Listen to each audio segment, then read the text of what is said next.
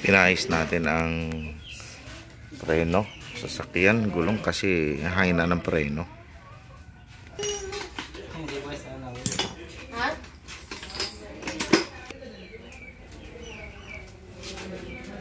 No, 2 months po yan, full tank po. Full tank? Ang doon? Max po yan. Oo. Naka-max po. Puno naman. Hindi na puno ngayon, ano? Hindi na po.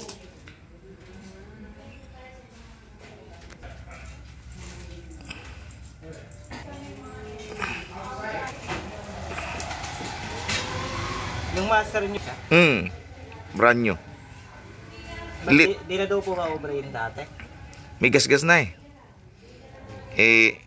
dapat repair kit lang bilhin ko. Sabi nung ano. Nung buksan niya, sabi niya, laki ng gas-gas, pahaba. Pinalitan na ng bago.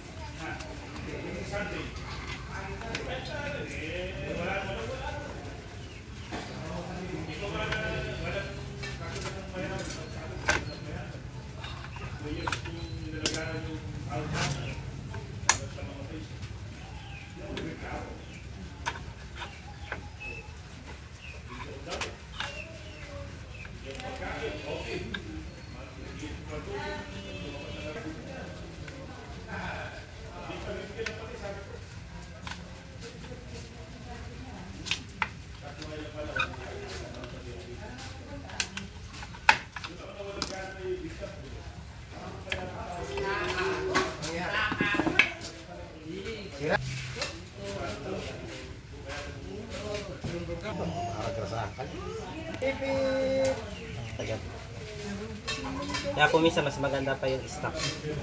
Stock na. Lalo't po mas magagawan po ng paraan. Mas maganda yung stock. Na master po niya. Kasi mga ano po nun, lalo't pagka replacement lang. Saglit lang po ngayon. Kasi nakapagpalit na po kami ganun. Pagka gumagawa po kami sa stock. Minsan po ganun. Pagka minsan buwan lang. Kailangan 3 tapak o 2 tapak. Ganon. Labas. Doon lang po sa loob ng hide, papasok po ng tubig. Yun. Yun na yung guma. Bibili na lang po na tayo ng... May fluid po ba kayo dyan? O... Bibili tayo ng bago. Mas malaki. Baka i-check din po. Kasi pagka kung ganito naman po kasi ito, lalo't kung bahagya lang po yung katas niya. Dapat po dito nagdadalawang tapak. Kaya nga. Kasi bahagya lang po. Pagka nagdadalawang tapak, 3, ang may problema po yun doon sa hide. Pwedeng adjustin po siya, pwedeng may katas po mismo. Kasi hindi naman po siya, kasi pag nagdatong tapak kayo, hindi naman po bumababa eh. Pagka po kasi bumababa, dito siya malakas ang takas. Pero kung wala pong bumababa, doon siya may pagpapit. Eh, ito po kasi mas mainam din, palitan na, mas sure. Kasi pagkain lang po pinalitan natin, baka hindi rin po magtagal po. Ganun lumusot. Kasi pag dito na po nagka-problema yan, magulit po yan, dire-diretso na.